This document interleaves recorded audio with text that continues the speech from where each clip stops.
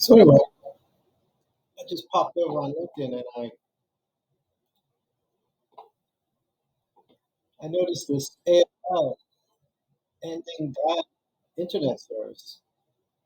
I guess I'm surprised it's still going, but because I think now you cannot even get ISDN. I think ISDN is over, right? I think there's no more ISDN. So my first computer was a TRS Radio Shack something or other. It had a 286 and um, it had no hard drive. It just had a 3.5 inch diskette. So you loaded DOS off of that, and that was it pretty much. I think the screen had a couple colors, if I remember right. There was some colors on the screen, and yeah, just booted off a 3.5 inch diskette DOS, and that was it. Later, I added a hard, but it was like on a card. I think you slid into a slot, like 20 megabytes like that, and one of the first online services I had was CompuServe, and I still remember my number was 75341, 3635, I believe. And yeah, so that was pretty cool. Had CompuServe, and later came Prodigy and AOL around the same time, and I tried both of those out. Prodigy was more graphic. CompuServe was kind of, I remember initially it was just terminal based, like text. You're like terminal, and they give you a menu of a couple items, and you put a number in, like 7, and that will take you to the news or whatever. So yeah, those were the days. Those were the days. Dial-up. And the first modem I had, I think, was just 2400. Yeah, I had a 2400. I think that was the thing, 2400 baud. Wow. So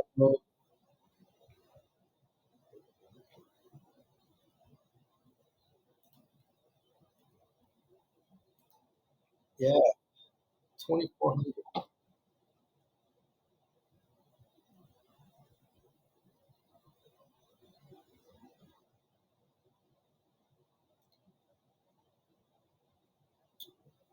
Wow.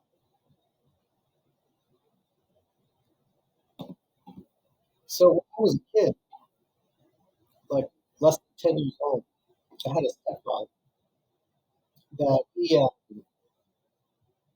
I think he learned the program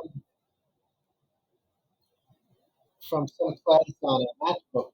Remember matches? And as an add-on, I learned how to become a computer operator, a computer programmer, and he did that. And he got a job at Airco in New Jersey.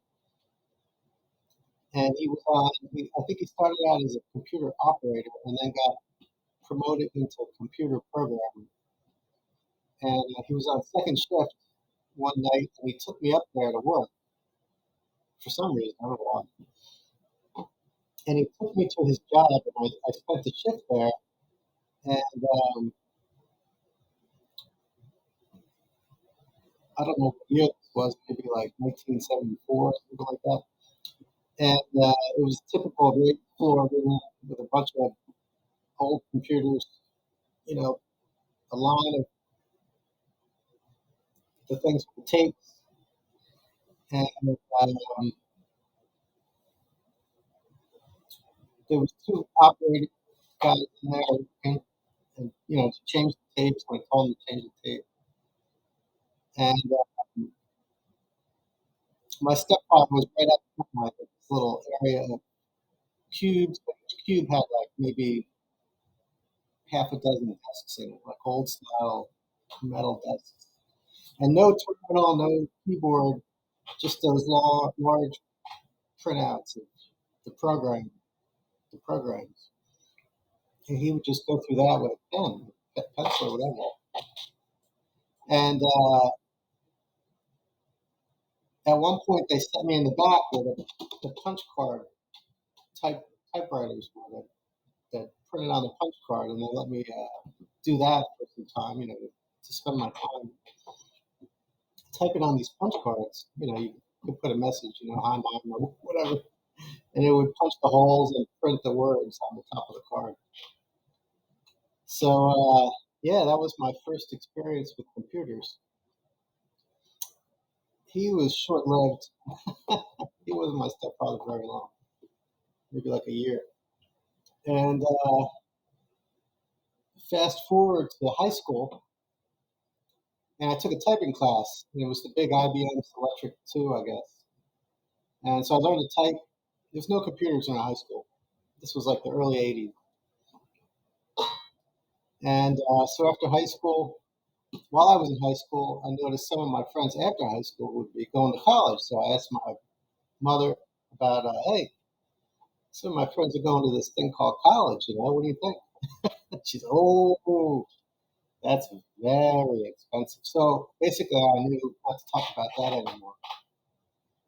And so after high school, I got a job at a stair factory and was working there. It was good. During that time, I bought my first brand new car, a 1985 Mustang GT, and that was awesome. I loved cars back then. And while I was working there, the foreman's future nephew, I think, was getting ready to go to DeVry. This guy, Bill. Bill's the foreman, and his friend George was a machinist. And so these guys come to me one day, and they're like, "Hey, what are you going to do?" And this is, I think at this time I'm probably about 20 years old. I've been working there for like 2 years, and I said, "What do you mean what I'm going to do? I'm doing this, doing the same thing you're doing." And they said, "No, you got to go learn computers. Computers are going to be big. You should go to DeVry." I said, "All right." It's as simple as that. So I went up there, signed up, and went, and that's how got into tech. My first job was at EAI, not the game company. It was Electronic Associates Incorporated. And back in the day, they built a lot of big, huge analog computers, a lot of simulators for power plants and stuff like that.